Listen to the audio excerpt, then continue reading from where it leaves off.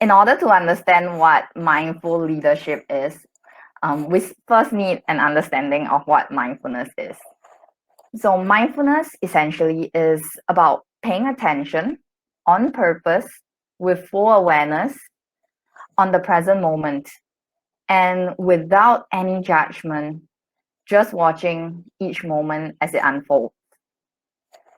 So most of us spend each day having silent conversations with ourselves. And mindfulness is thus a kind of listening. You can do it anytime.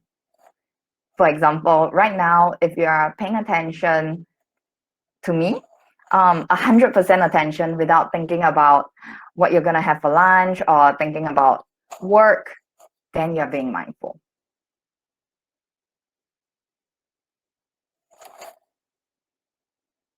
By taking note of qualities exhibited by leaders that we admire, it can help us all pinpoint how to become better leaders ourselves.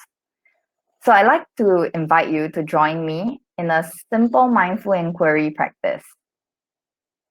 If you can, find a place that's free from distraction, where you feel comfortable, and if possible, alone.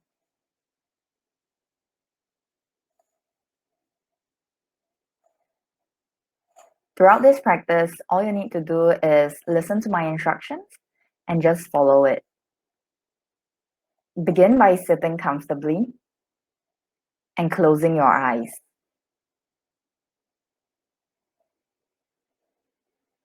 Notice the sensations of your breath.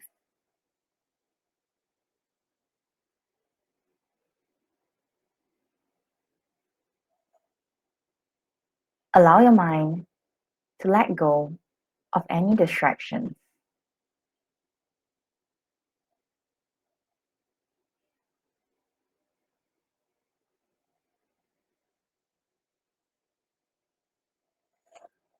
When you are ready, bring to mind a person who you believe embodies leadership excellence. This could be someone you know personally or a leader that you've read about.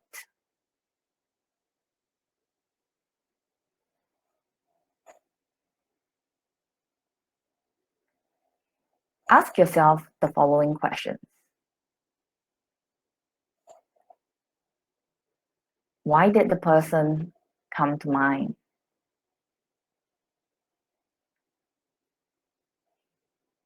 What is it about this person's leadership that made you think of him or her when asked about leadership excellence?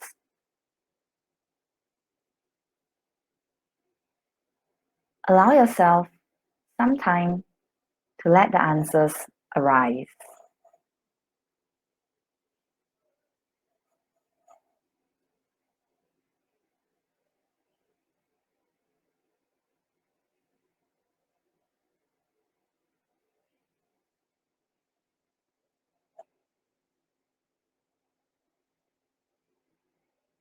Be patient.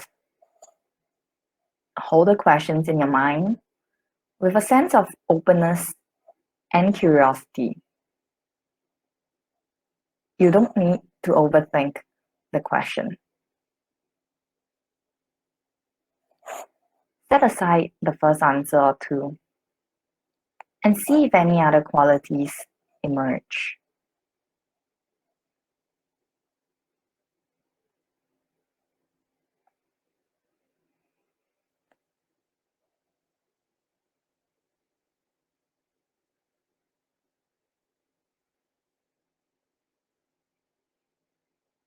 You may slowly open your eyes.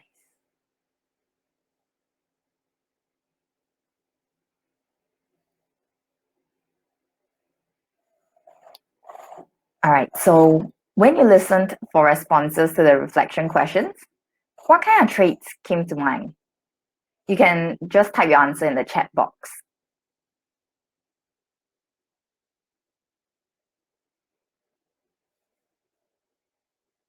So a leader with good time management, someone who's calm, good listener, composed, approachable, good communication, always has time for you and others, authenticity, willingness to listen and learn, compassion, kind, fair, caring, empathy, present with people, consistency.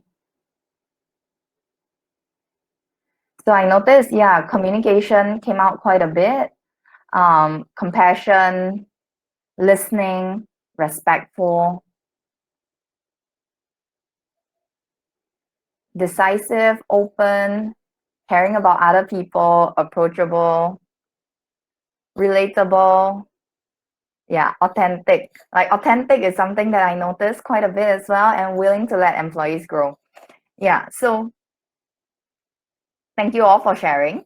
And I think if you look at that list, you notice that they did not include many of the typical measures of organizational leadership.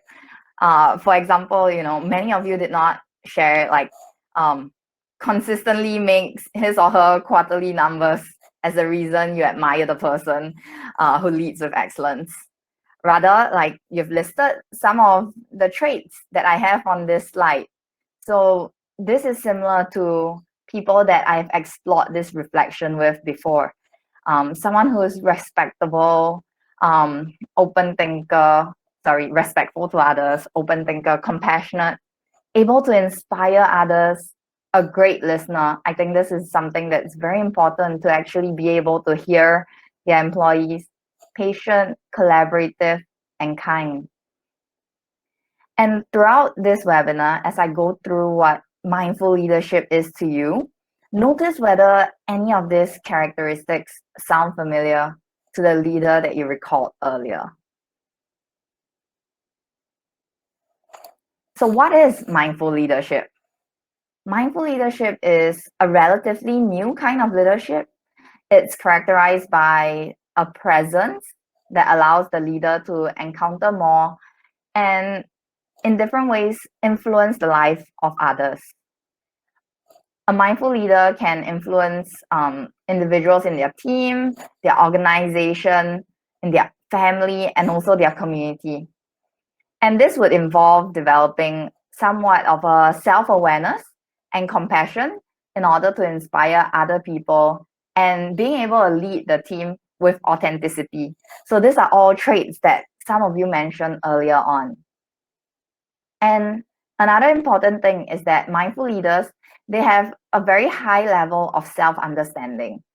They are not afraid to have an open mind and also an open heart. On top of managing their own workloads and stress, they can also organize others and boost employee morale and promote productivity.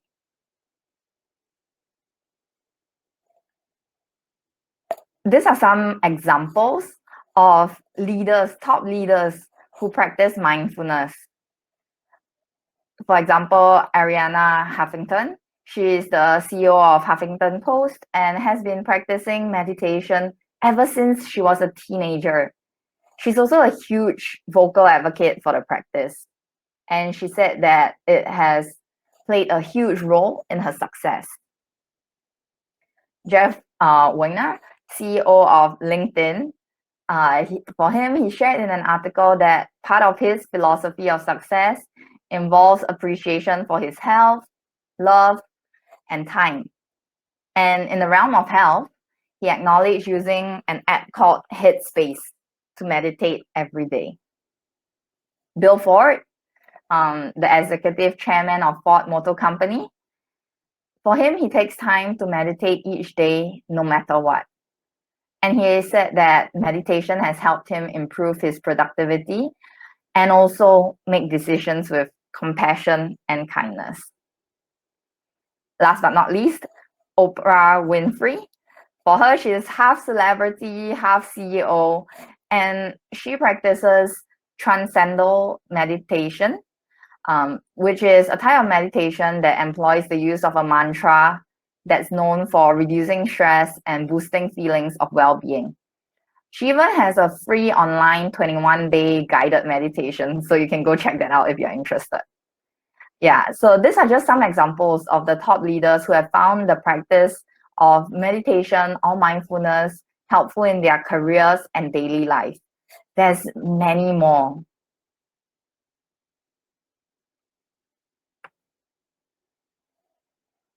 These are some benefits of being a mindful leader. So a mindful leader can help lead teams in many different ways.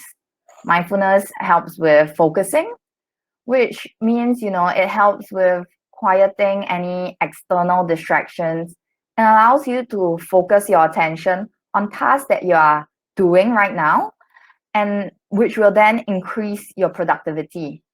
It also allows you to be fully attentive to your employees and actually listen to what they are saying, and it will lead you to have an increased understanding of their needs.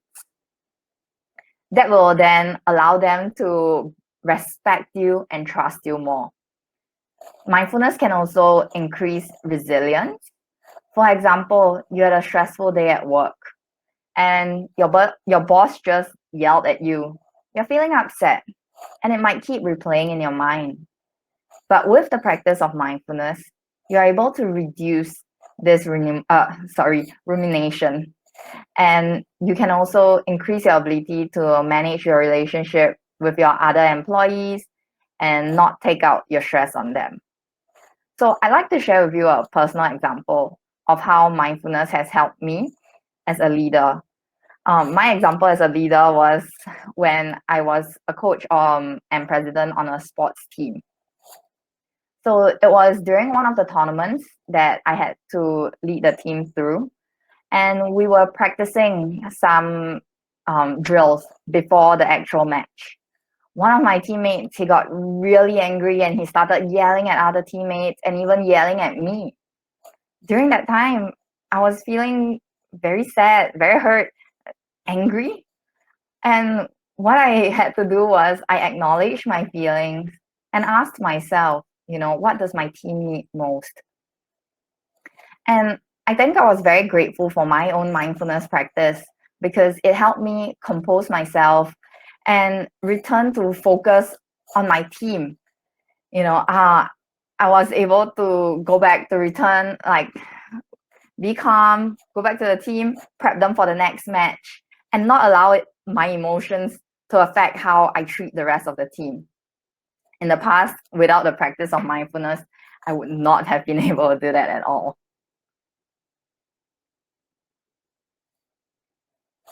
So now that we know the benefits of mindful leadership, how do we do it? An important step to becoming a mindful leader is by cultivating your own mindfulness practice. There are many different types of mindfulness practice, but they're all beneficial. So because everyone is different, you just need to try different practices and see what works best for you.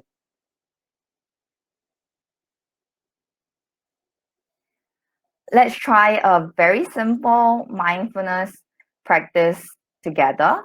This one would be mindfulness of the breath.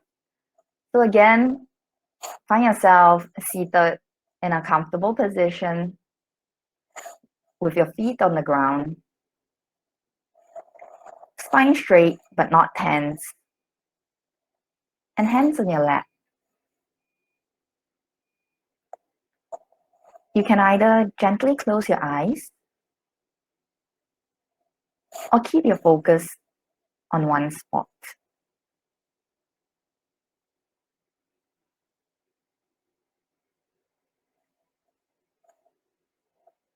Watch as your breath enters through your nostrils into your chest, into your belly, and out again through your chest and through your nostrils.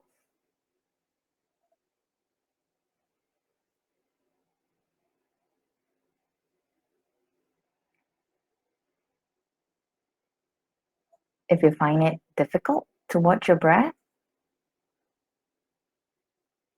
you can also watch your body.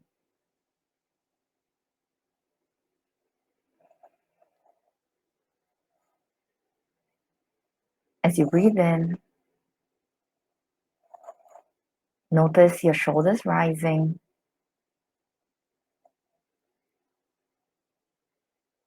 And as you breathe out, notice them fall.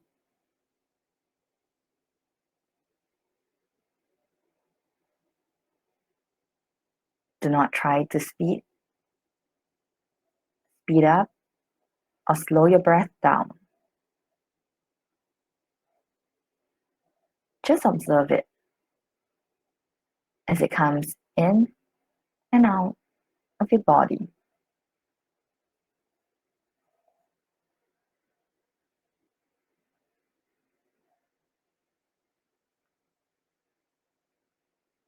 If you notice your mind wandering, that is normal and natural. You can just acknowledge it and just bring your focus back on your breathing again.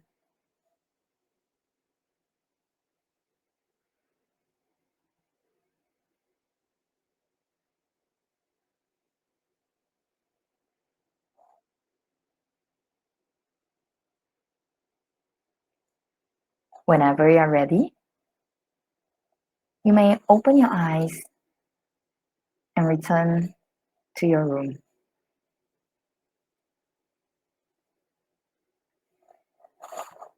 So that was just a very short practice. You can do it for as long as you have time for. It can be 2 minutes, 5 minutes, 10 minutes, whatever works for you. And for this practice, if it's done regularly, it can help you be more present, focused, and aware of yourself and your surroundings.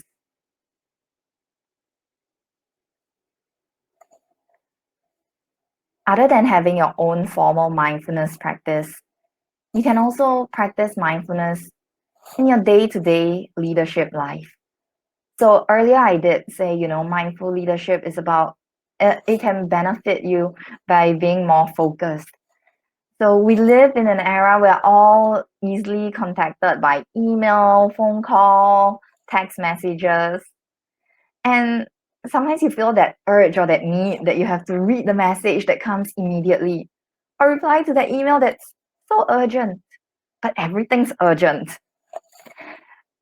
So whenever you are with your team or with anyone else, if you're able to do so, try and put your phone aside, be able to focus on what's going on.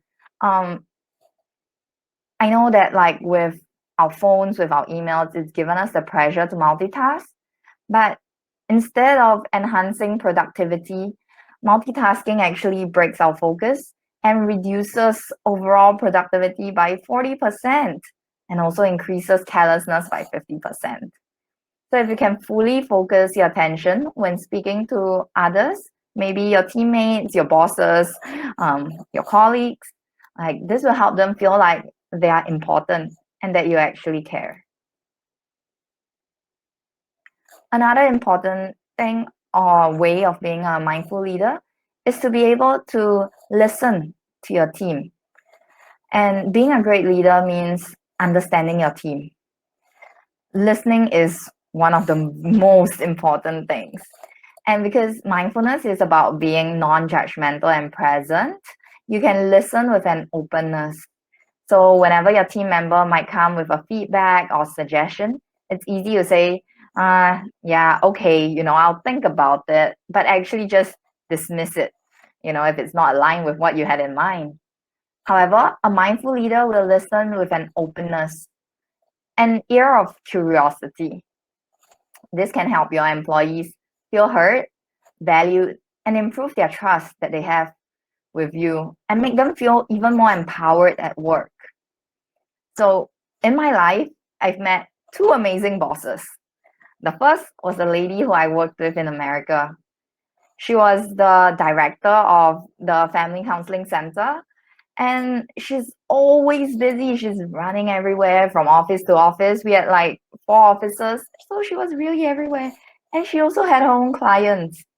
But a very important thing that I want to share about her is that she always made time for us. Anytime we went to her and said, boss, I need to talk to you. I have a concern. There's something going on, be it personal, be it work. She'll make time. And that lady was someone who we all really wanted to work for. We trusted her and we worked hard for her. Another is a new director of a company that I work for. He's very genuine towards his staff and he's not afraid to show vulnerability. If he doesn't know, he'll say he doesn't know. And he asks us, what are our opinions? And this allows a lot of the other employees to feel very empowered and willing to share with him.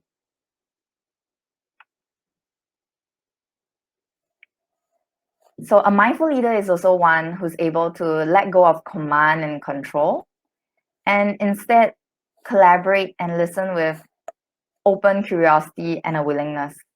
So instead of telling staff what to do, you can ask them questions that can help them think and generate other solutions. So allow them some autonomy and trust them to be able to complete their given task.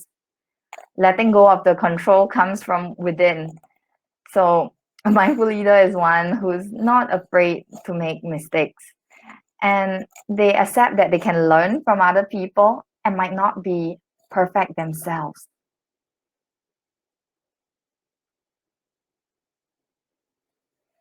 Lastly, mindfulness can help you increase your awareness. Mindfulness can help you increase your awareness of what's happening around you and also for your team. It can be a shared activity that can bring the team members closer together. For example, during my team meetings, we're all encouraged to focus on team meetings, not allowed to use our devices. Everyone has to put their phone aside. And so this allows us to pay attention to what other people are saying. We also practice mindfulness at the start of every team meeting. So these are just some small initiatives. You can also have a buddy system which can encourage a support network where everyone helps each other stay focused and motivated. And when your other employees and team members cultivate mindfulness, they'll bring with them a safer environment where it's free from judgment and allow others to be more open and accepting of each other. So I think you can see that we just shared a handout, and that's a handout that you can download and take a look at. It talks a little bit about workplace positive psychology activities. Okay, so some key takeaways would be that mindful leadership is about cultivating your own mindfulness practice, and mindfulness can be done formally or informally. It's also widely practiced among top leaders and top companies. Google, Intel, all the employees are encouraged to practice mindfulness. And you can become a mindful leader through being focused, listen with openness and curiosity, aim to guide, not control. And when you display the openness, acceptance, and composure of a mindful leader, I believe that your employees will see this and they will be more willing to work for you and support you throughout your journey as a leader.